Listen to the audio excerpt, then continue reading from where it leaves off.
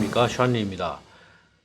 오늘 이 시간에는 제가 우리 시청자분께 너무 죄송하다는 말씀을 드려야 될 것 같은데, 헬프 1092님께서 6개월 전에 그 댓글 다셨어요. 좀 긴 걸 다셨는데, 그 내용 중에 MBP라는 그 단백질, 그게 뭐 요즘 뜨고 있어서 그걸 내가 좀 먹어보려 그러는데, 그거 좀 어떻게 생각하는지 꼭 답을 좀 줬으면 좋겠다. 그런데 지난번에도 뭐 댓글 달았는데 답을 안 줘서 이런 말씀을 하셨는데, 그래서 제가 사실은 타사의 제품에 대해서 뭐 평을 하고 이러는 걸 즐기지 않습니다. 즐기지 않는다기보다는 뭐 제가 굳이 남의 것까지 설명해 가면서 할 이유는 없다, 이런 생각을 가지고 있기 때문에 거의 뭐 타사 제품에 대해 설명을 하는 일이 없는데, 최근에도 뭐 이런 그 MVP에 대해서 얘기가 많이 있더라고요. 근데 이제 요즘 그 제가 밀린 거를 좀 이렇게 뒤지다 보니까 이게 6개월 전 게 있는 거예요. 뭐 그때 차라리 댓글로라도 답을 할 걸, 이런 후회가 좀 많이 들었습니다.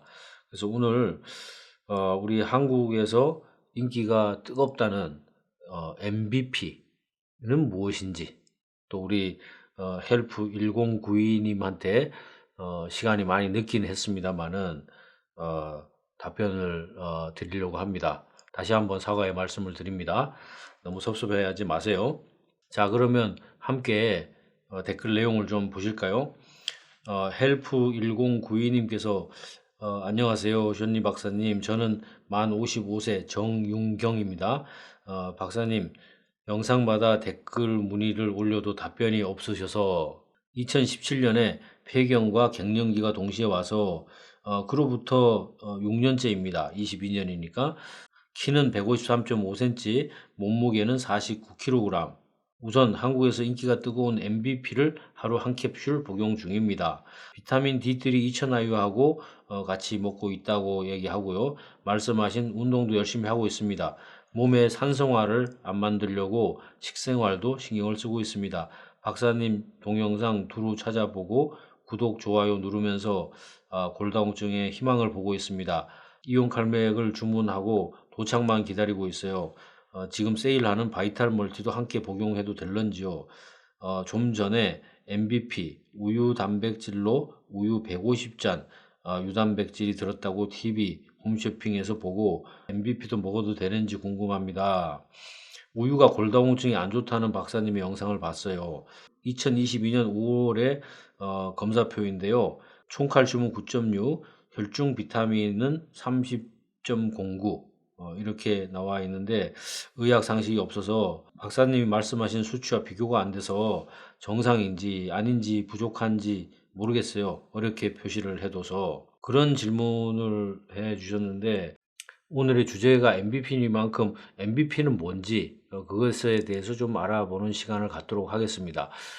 기본적으로는 제가 특정 제품을 뭐 비교해서 그것이 좋다 나쁘다고 하는 것은 아니다 하는 것을 말씀을 드립니다. 그리고 제가 참고한 자료도 그 회사의 어떤 뭐 다큐멘트, 그 서류를 받아서 검토를 한 게 아니기 때문에 특정 회사 제품하고는 관련이 없다고 이해를 하시면 되겠습니다. 일단은 MVP라는 것은 밀크 베이직 프로틴이라 그래서 우유에 기본적으로 들어있는 단백질을 얘기하는 겁니다. 그래서 여러분들한테 기본 정보를 드리기 위해서 제가 이제 영어를 좀 가져왔는데, 기본적으로 그 우유에는 약 80%의 카제인. 여러분들 커피 마실 때 뭐 커피가 쓰니까 뭐 타는 거 있죠. 뭐 크리머 뭐 이런 거. 뭐 특히나 이제 커피 믹스 같은 데 보면 뭐 이렇게 뒤에 보면 카제인 이런 거 적혀 있습니다. 그게 우유 속에 있는 단백질의 한 종류인데, 우유 속에는 그게 한 80% 들었고, 웨이 프로틴이라 그래서 유청 단백질이라고 하는 게 20% 정도 들어 있습니다. 그런데 이 MVP를 추출하는 방법은 어떤 거냐면, 유청 단백질에서 얘를 가공해 가지고 추출해내는 그런 방식이고요. 그 다음에 이 카제인과 웨이 프로틴, 이 두 가지를 여러분들이 이해하기 쉽게 그림으로 좀 설명을 드렸는데, 자, 왼쪽에 이게 보시는 것처럼 여기 우유가 있잖아요. 이 우유가 이렇게 있는데 이것을 가공하면 응고가 되거든요. 그러니까 우리가 콩 같은 것을 응고시키잖아요. 그럴 때 뭘 쓰나요? 간수를 쓰잖아요. 그런 것처럼 우유에서 뭐 치즈 같은 걸 만드는, 그러니까 우유에 있는 물하고 건더기하고 구분해내는 방법이 응고하는 과정을 만드는 건데, 이거 집에서도 하실 수 있어요. 우유를 끓이다가 레몬즙 있죠? 레몬즙을 넣으면 얘가 이제 몽글몽글 생기기 시작합니다. 그러면 그걸 충분히 저어서 이제 식히면은 이런 식으로 층 분리가 일어나는데, 밑부분은 물이 되고 윗부분은 뜨게 되죠. 밑부분에서 나오는 단백질이 유청 단백질, 그러니까 웨이 프로틴이에요. 그리고 윗부분에 나와 있는 게 덩어리죠. 그래서 그거 보고 커드라 그러는데, 이걸 이제 쪼물락쪼물락 거리면 그게 뭐예요? 치즈가 되는 거죠. 자, 그러면 이 우유를 좀 확대해 보면 이게 만 배로 지금 확대한 그림이라고 하는데, 여기 보시면은 우유에는 이제 지방이 들어있죠. 지방이 이렇게 들어있고, 그 다음에 이제 단백질이 있고 설탕이 있는데, 단백질에는 이렇게 카제인하고 카제인 마이셀리라는 게 있고, 그다음에 웨이 프로틴이 있고, 이렇게 슈가가 있는 거죠. 여기 이제 초록색으로 있는 게 슈가고, 지금 파란색으로 되어 있는 거는 뭐 결과적으로 이게 뭐 입자가 크냐 작냐의 문제지 카제인이에요. 그 다음에 요렇게 조그만 입자가 지금 웨이 프로틴, 유청 단백질이죠. 그러니까 우유 속에 많이 들어있지는 않다 하는 뜻이 되겠고, 이 오른쪽을 보면 지금 내용적으로 우리가 다시 보면 이 치즈를 만드는 커드는 쉽게 얘기해서 카제인하고 여기 있는 지방 덩어리하고 여기 설탕, 슈가가 모여서 이렇게 덩어리가 지는 거고, 지금 이 밑에는 그 입자가 매우 작은 설탕, 그 다음에 웨이 프로틴, 그리고 지방, 요런 작은 입자들이 모여서 그 물처럼 되어 있다는 거죠. 그러니까 그 물이 아니고 그 안에는 웨이 프로틴도 들어 있다 이거죠. 그러면 치즈가 비싸겠어요? 웨이 프로틴이 비싸겠어요? 당연히 웨이 프로틴이 비싸겠죠. 그래서 이 MVP라는 거 도대체 뭐야? 정말 어떤 일을 하길래 골다공증을 막아준다는 거야? 그래서 제가 논문을 한번 찾아봤습니다. NIH, 미국 국립보건원에서 관리하는 뭐 하나의 이제 알카이브라 그럴까요? 뭐 이제 의료 논문 같은 거, 이런 것들이 이제 게재되어 있는 곳인데, 여기에 어떤 게 있냐면, 밀크 베이직 프로틴, 그러니까 MBP죠, 이게. 여기서 M, 베이직 프로틴. 그래서, MBP가 새로운 기능이 있다는 걸 발견했는데, 그게 골다공증에 어떤 역할이 있다 하는 것을 발견했다. 그래서 이 논문이 일본 사람들에 의해서 쓰여진 겁니다. 일본 사람들이 연구를 참 많이 해요. 어떤 이야기를 하고 있냐면, 우리가 발견했는데 뭘 발견했냐? 밀크 웨이 프로틴, 그러니까 유청 단백질이 특별히 its basic fraction, 그 기본 단위, 그러니까 그 MBP가 suppressed bone resorption. 이게 무슨 말이냐면, resorption은 뭐냐면요, 파골 세포가 뼈를 녹이는 걸 보고 resorption이라고 그래요. 그래서 그걸 보고 뼈의 뭐 재흡수 과정 뭐 이렇게 설명하는데, 그게 무슨 흡수야 이렇게 생각할지 모르지만 이제 이렇게 보는 거죠. 파골 세포가, 그림 한번 그려 볼게요. 이제 뼈가 이렇게 있어요. 뼈가 이렇게 있으면 여기에 파골 세포가 있다고 쳐보세요. 파골 세포는 어떻게 생겼냐면 이렇게, 뭐라고 그러지? 영어로는 젤리피쉬라고 하는데 해파리 맞죠? 해파리처럼 생겼어요. 그래갖고 여기서 뼈를 녹일 때 이 뭘 분비하냐면 산을 분비해요. 이렇게 산을 분비하면 여기가 어떻게 되냐면 뼈가 이렇게 녹는다고요. 그러면 여기 구멍이 파일 거 아니에요. 이걸 보고 이제 우리가 도로 할 때 굴을 내잖아요. 뭐 산맥을 뚫고 이럴 때 그거 보고 뭐라 그래요? 굴착이라 그러죠. 그거 터널링이라고 하거든요. 그래서 이 파골세포는 뼈를 새롭게 만들려고 할 때 이렇게 굴착을 한단 말이에요. 터널링이라 그래서. 그러니까 요렇게 해 가지고 얘가 뼈가 녹을 거 아니에요, 이 부분이. 녹은 것을 어떻게 하냐? 우리 몸은 다시 빨아들여요. 왜냐면 여기 찌꺼기를 놔두면 안 되니까. 그 청소를 깔끔해야 되잖아요. 그러니까 고렇게 다시 흡수하는 과정을 재흡수라 그러는 거예요. 그래서 이 파골세포조차도 세포 자멸사라는 과정을 통해서 걔까지 다 없어져요. 그러고 나면 얘가 어떻게 변하겠어요? 여기가 이렇게 도랑이 파인 상태 요렇게 되겠죠. 그러면 이제 여기를 조골세포가 와서 이렇게 채워주는 거예요. 이렇게. 그러면서 뼈가 새로 이제 만들어지는 거예요. 그러니까 이런 과정을 계속 사람이 살아있는 동안은 10년에 한 번 정도를 한단 말이에요. 10년에 한 번. 그러니까 만약에 어떤 사람이 100살 살다가 돌아가셨다 그러면 죽을 때까지 뼈를 10번을 바꾼 거예요. 그런 과정을 이런 식으로 하는 거예요. 그러니까 그것을 요 파골세포가 녹여 가지고 다시 흡수하는 요걸 보고 재흡수라고 하는데 요거를 못하게 한다는 걸 발견했다 이 뜻이에요. 그래서 결론은 뭐냐면 이 BMP가 본 리조션을 제어한다, 제약한다, 못하게 한다 이런 것을 발견했는데 그게 자기들이 세계에서 처음 발견한 거예요. 이렇게 이제 논문을 쓴 거예요. 그래서 이 BMP가 뭐 보니까 아마존에도 BMP 해서 제품들이 좀 나와 있더라고요. 근데 뭐 가격이 그렇게 싸진 않아요. 근데 싸지 않은 이유는 유청 단백질이 전체 우유에 비해서 아주 소량 나오기 때문에 그렇지 않겠나 그렇게 생각은 하고요. 그런데 칼슘 박사 샤니는 어떻게 생각하냐 그 얘기잖아요. 그럼 저는 어떻게 보는지를 얘기를 해볼게요. 뼈의 재흡수를 방해한다 그 이야기는 뭐냐면 자 여기 한번 같이 보실래요? 뼈의 재흡수를 방해한다.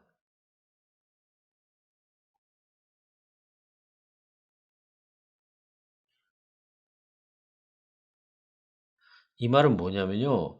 뼈의 재흡수는 누가 해요? 파골세포가 해요. 그럼 파골세포를 방해하는 건 뭐예요? 그걸 보고 뭐라 하냐면 파골세포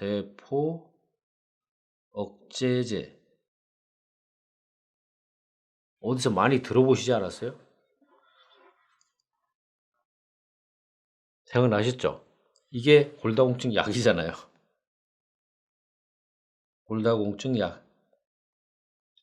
골다공증 약이 바로 이런 기전에 의해서 골밀도를 높여준다고 하는 거잖아요. 근데 오늘 이 영상을 시청하시는 여러분들 중에 상당 부분은 골다공증 약이 파골세포를 억제해서 골밀도를 회복시킬 수 없다고 하는데 동의한다고 저는 생각해요.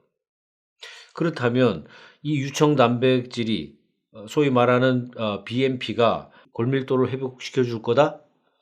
그거는 말도 안 되는 소리다. 그게 제 의견입니다. 그래서 저는 이런 주장을 하는 사람들한테 이런 질문을 해보면 어떨까라고 생각을 해봤어요. 자, BMP가 파골세포를 억제하는 작용이 있기 때문에 효과적이고 또 그걸 통해서 골밀도를 회복할 수 있다고 말한다면 우유나 유가공 식품을 많이 섭취하는 나라의 사람들은 골다공증이 없거나 그죠? 매우 적거나 그렇게 되는 게 상식적인 답이 아닐까요? 그런데 미국에만 하더라도요. 65세 인구의 거의 20%가 골다공증 환자로 확정을 받아 있는 상태입니다. 근데 제 생각에는 미국 사람들이 그런 거 아시죠? Got milk? 너 우유 먹었어? 우유 있어? 이런 거잖아요. 그 정도로 우유를 많이 먹는 나라인데 아니 뭐 65세 인구의 20%가 그럼 골다공증에 왜 걸리는 거예요? 그러니까 그거 말도 안 되는 이야기다. 저는 감히 이렇게 말할 수 있지 않겠나고 생각을 해요. BMP를 몸속에 집어넣는다는 것은 우리 인체에 있는 뼈 공장 있잖아요. 조골세포, 파골세포가 서로 협동해서 뼈를 만드는 거잖아요. 근데 거기다가 강성노조를 심는 거다. 강성노조 뭐 하는 거예요? 파업하는 거잖아요. 뼈 공장에서 일을 해야 될 종업원, 파골세포의 역할을 못하게 하는 거잖아요. 그러면 어떤 결과가 와요? 우리가 골다공증 약에서 이미 경험을 하고 있는 거예요. 그러니까 모르겠습니다. 이거 무슨 데이터를 가지고 무슨 근거를 가지고 그 종편에서 그 난리치고 뭐 그 정도로 광고하려 그러면 한국 식약처에서 뭐 허가도 해 줘야 됐었고 할 텐데, 아마도 뭐 이런 실험, 쥐의 난소를 없애 가지고 난소 있는 쥐는 골밀도가 낮아지니까 개가 더 나빠지지 않고 뭐 이런 종류의 골다공증 약을 효과가 있다고 말할 때에 설명하는 그런 방법으로 설명했을 거라고 생각을 해요. 그래서 자, 이건 뭐 정말 사회적으로 뭐 곳곳이 문제구나 이런 생각을 하지 않을 수가 없습니다.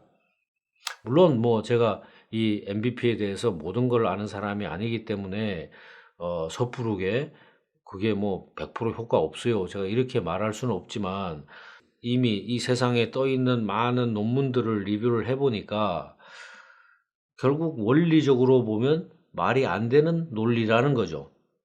그런 점을 이제 말씀을 드리겠고, 그다음에 얼마 전에 그런 영상 보신 기억이 있죠?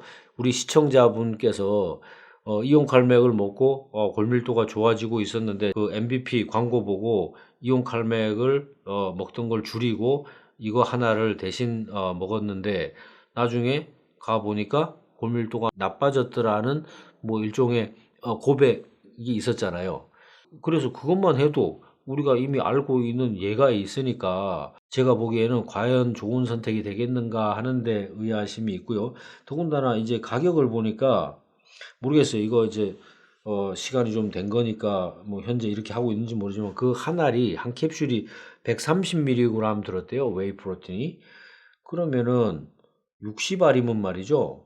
10 알이면 1.3 그램이에요. 10 알이면 1.3 그램인데 60 알이면요.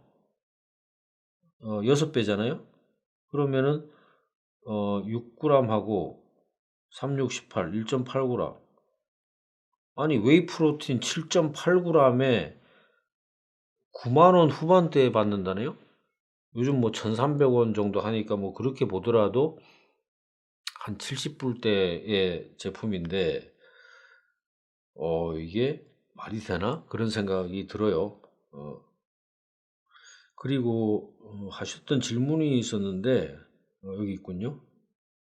지금 뭐 운동도 하시고 뭐도 하시고 뭐 한다고 그랬는데 지금 보니까 지금 현재 일단 적정 체중 문제가 있잖아요. 적정 체중. 자, 이거를 100을 빼면 53.5에서 0.9를 곱하면 대략 48kg 정도 나올 것 같거든요. 48 조금 넘을 것 같기도 하고. 근데 어쨌든 이게 이제 적정 체중 여기서 다시 뭐 5% 더한다 하더라도 48에서 50 사이가 이분의 적정 체중이에요. 그러면 이분은 체중 면에서는 문제가 없어요. 체중 이렇게 관리하시면 돼요. 뭐 원하시면 한 1kg 정도는 더 올려서도 괜찮아요. 그런데 지금 보니까 총 칼슘은 9.6, 이거는 뭐 기준치에 있고요. 그다음에 비타민 D가 30.9예요. 이거는 제가 말하는 55 나노하고 70 나노 정도에서 반밖에 안 되잖아요. 반도 안 되는데 이거를 이제 올려야 되니까 이미 여러분들 다 알고 계시죠? 이런 경우는 30 나노 정도니까 이뮤노 쉴드 V3라는 제품이 있거든요. 그거를 두 알씩 3개월 드시고 그 이후로는 DK 솔루션을 한 알씩만 이렇게 드시면 비타민 D 문제도 그냥 간단하게 해결하실 수 있고요. 그다음에 또 뭘 물어보셨나? 바이탈 멀티를 함께 복용해도 되나? 뭐 그거야 뭐 원하시면 복용해도 상관없습니다. 뭐 도움이 되겠죠. 종합 영양제니까. 그 이외에 뭐가 또 있을까요? 근데 지금 뭐 골밀도가 얼마다 이런 얘기가 없어요, 지금. 그래서 골밀도가 얼마인지는 모르니까 이온칼맥을 뭐 몇 포를 먹어라 이렇게까지 말씀을 못 드리겠고, 골밀도가 만약에 마이너스 2.8에서 마이너스 3.0 그거보다 더 나쁘면요 하루에 2포 드셔야 돼요. 그게 아니면 하루에 1포 드셔도 되고, 일단 비타민 D 이렇게 높이면 되고, 체중은 뭐 괜찮다고 말씀드렸고, 그 이외에는 뭐 운동도 하시고 뭐 식사 관리도 잘 하신다고 하니까 다른 문제는 없을 것 같아요. 그래서 오늘은 우리 시청자 장윤경님께서 6개월 전에 다신 댓글에 대해서 너무 늦게 답변을 드려서 정말로 송구스럽다는 말씀을 다시 한번 드리고, 그래서 여러분들이 오늘 이 영상 보시고 앞으로는 좀 흔들리지 않으셨으면 좋겠다, 그런 말씀 드리면서 영상 마치도록 하겠습니다. 여러분 감사합니다. 안녕히 계십시오.